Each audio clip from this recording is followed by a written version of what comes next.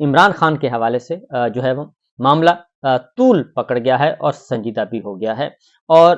حکومت کے گلے کا پھندا بن گیا ہے عمران خان صاحب پہ جو پابندی لگائی ہے ملاقاتوں پہ۔ اب یہ ہڈی پھنس گئی ہے، نہ اگلی جا رہی ہے نہ نگلی جا رہی ہے، ایک پنگا لے لیا ہے اور اس پنگے کو سنبھالا نہیں جا رہا، کیونکہ پاکستان تحریک انصاف نے ایک بھرپور احتجاج کی کال دے دی ہے اور کمیٹی کا اجلاس بھی ہو گیا ہے اور کمیٹی نے بھی اس کو اپروو کر دیا ہے۔ اب سوچے جا رہے ہیں، طریقے سوچے جا رہے ہیں کہ اب کیا کیا جائے، کیونکہ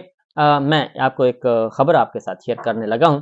کہ تمام تر انٹیلیجنس ادارے، انٹیلیجنس ایجنسیز نے جو رپورٹس بھیجی ہیں اعلیٰ ترین حکام کو، اور انہوں نے کہا ہے کہ بہت زیادہ کیوس پیدا ہو گیا ہے، اور عمران خان صاحب پہ جو ملاقاتوں پہ پابندی لگائی ہے، اگر یہ نہ لگائی جاتی تو زیادہ بہتر تھا، کیونکہ کیوس زیادہ پیدا ہو گیا ہے اور پوری سوسائٹی میں، بلکہ پاکستان سے باہر بھی، عالمی ذرائع ابلاغ بھی اب اسی ایک خبر کو ڈسکس کر رہے ہیں کہ جناب آخر کیا وجہ ہے، اور اب بنیادی انسانی حقوق کی تنظیمیں بھی آ رہی ہیں اور پریشر بڑھتا جا رہا ہے، اور یہ صرف پریشر سرکار پہ نہیں ہے بلکہ عوامی سطح پہ اس میں بہت زیادہ شدت آ رہی ہے، اور اگر اس مسئلے کو حل نہ کیا گیا اور عمران خان صاحب کی صحت کے بارے میں اور ان کی خیریت کے بارے میں کسی قسم کا کوئی بلیٹن جاری نہ کیا گیا اور یقین دہانی نہ کروائی گئی تو 15 اکتوبر کا احتجاج جو ہے وہ ہمارے گلے پڑ سکتا ہے، اور اس کو روکنا ہمارے لیے مشکل ہوگا، کیونکہ شنگھائی کانفرنس ہو رہی ہے اور شنگھائی کانفرنس 14، 15 اور 16 کو ہے، اس لیے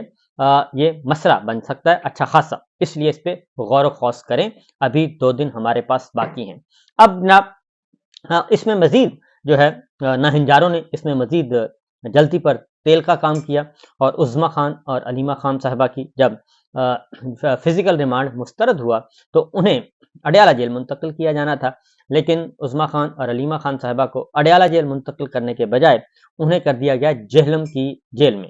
اور پنڈی کے بجائے اڈیالہ جیل پنڈی کے بجائے جہلم لے گئے اور وہاں پہ ان کو قید کر دیا۔ اس سے اور بھی زیادہ شکوک و شبہات پیدا ہو چکے ہیں، کیونکہ اگر عظمیٰ خان اور علیمہ خان اڈیالہ جیل جاتی تو وہاں پہ صورتحال سے ان کو بھی آگاہی ہو جاتی اور کسی نہ کسی طریقے سے کوئی خبر اڈیالہ جیل سے باہر آ سکتی تھی، لیکن وہاں پہ بشرا بی بی اور عمران خان صاحب تو پہلے ہی قید ہیں، اور لیکن عظمیٰ خان صاحبہ اور علیمہ خان صاحبہ کو وہاں منتقل نہیں کیا گیا، اور یہ کہا گیا کہ وہاں پہ گنجائش نہیں ہے۔ یہ ایک اور غلط بیانی سے کام لیا گیا کہ گنجائش نہیں ہے۔ پھر جو سرکاری بیان جاری کیا گیا ہے ذرائع کے حوالے سے کہ عمران خان صاحب کو کوئی مسئلہ نہیں ہے، اس بیان کو مسترد کر دیا ہے فیملی نے اور پارٹی نے اور پاکستان کے عوام نے۔ انہوں نے کہا جی کہ ہمیں مستند اطلاع چاہیے۔ اب مستند اطلاع کے طریقے سوچے جا رہے ہیں، اور جو پلس رپورٹ گئی ہے وہ یہی گئی ہے کہ اس مسئلے کو حل کر لیا جائے اور عمران خان صاحب کے بارے میں کوئی نہ کوئی ایسی اطلاع عوام تک پہنچائی جائے جس پہ عوام یقین کر لیں اور معاملہ ٹھنڈا ہو جائے اور شنگھائی کانفرنس ہماری پرامن طریقے سے ہو جائے۔ تو اس پہ پاکستان تحریک انصاف کی پولیٹیکل لیڈرشپ سے بھی رابطہ کیا گیا، تو انہوں نے بھی ہاتھ کھڑے کر دیے، اور فیملی نے بھی یہ کہا ہے کہ جب تک ہمیں یقین دہانی نہیں کروائی جاتی اور ہمیں تسلی نہیں کروائی جاتی تب تک ہم احتجاج کی کال واپس نہیں لیں گے۔ علیمہ خان صاحبہ جیل جانے سے پہلے مفصل گفتگو کر چکی ہیں، وہ بھی احتجاج کی کال دے چکی ہیں۔ نورین خان صاحبہ بھی، ان کی بہن جو آزاد ہیں، وہ بھی کال دے چکی ہیں اور اس کو سپورٹ کر چکی ہیں، اور پاکستان تحریک انصاف کی دیگر لیڈرشپ بھی آ چکی ہے اور وہ بھی کہہ چکی ہے۔ مراد سعید صاحب کہہ چکے ہیں، خالد خورشید کہہ چکے ہیں، سلمان اکرم راجہ صاحب اس پہ تشویش کا اظہار کر چکے ہیں۔ اب ان کو اپروچ کیا گیا تو انہوں نے ایک طریقہ بتایا ہے، اور کچھ سمجھدار لوگوں نے، سیانے لوگوں نے بھی یہی بتایا ہے کہ جناب ایک ہی طریقہ ہے کہ اس مسئلے کو حل کر لیا جائے، اور ایک جو ہے ذاتی معالج ڈاکٹر صاحب ان کو بھیجا جائے یا ڈاکٹرز کی ٹیم کو بھیجا جائے، وہ طبی معائنہ کریں، کیونکہ اسلام آباد ہائی کورٹ نے آلریڈی یہ ایک حکم بھی دے رکھا ہے، اور اس میں ایک کوشن موجود ہے، وہ ایک سیف ایگزٹ ہے کہ آپ وہاں سے داخل ہوں اور عدالتی حکم پر عمل درآمد کرتے ہوئے ڈاکٹرز کی ٹیم جائے، وہ جا کے طبی معائنہ کرے اور وہ باہر آ کر میڈیا کو بتا دے کہ ہم نے معائنہ کیا ہے، ہم عمران خان صاحب سے ملے ہیں اور عمران خان صاحب کے یہ ٹیسٹ کیے ہیں، حال حوال پوچھا ہے، وہ باہر آ کے بتا دے، تو اس سے معاملہ کچھ قدرے ٹھنڈا ہو سکتا ہے، اور اس کے بعد پاکستان تحریک انصاف کی لیڈرشپ جو ہے وہ احتجاج کی کال واپس لے سکتی ہے۔ تو پی ٹی آئی نے بھی یہی کہا ہے کہ جب تک ہمیں عمران خان صاحب کے بارے میں نہیں بتایا جائے گا اس وقت ہم یہ احتجاج کی کال واپس نہیں لیں گے۔ تو اس سے ایک تو یہ ایک ڈیولپمنٹ اگلے 24-36 گھنٹوں میں ہو سکتی ہے، ہو سکتا ہے آج اتوار کا دن ہے، آج ہی اس بارے میں کوئی اطلاع آ جائے تو یہ کام کر لیا جائے، کیونکہ عمر ایوب خان صاحب نے بھی یہ بتا دیا ہے۔ دوسری جانب ایک اور کام کیا گیا ہے جی کہ آئینی ترامیم کا معاملہ جو ہے وہ پاکستان تحریک انصاف نے کہا ہے کہ اس پہ بھی 31 اکتوبر تک اس کو مؤخر کر دیا جائے، اور انہوں نے واضح طور پہ کہا ہے کہ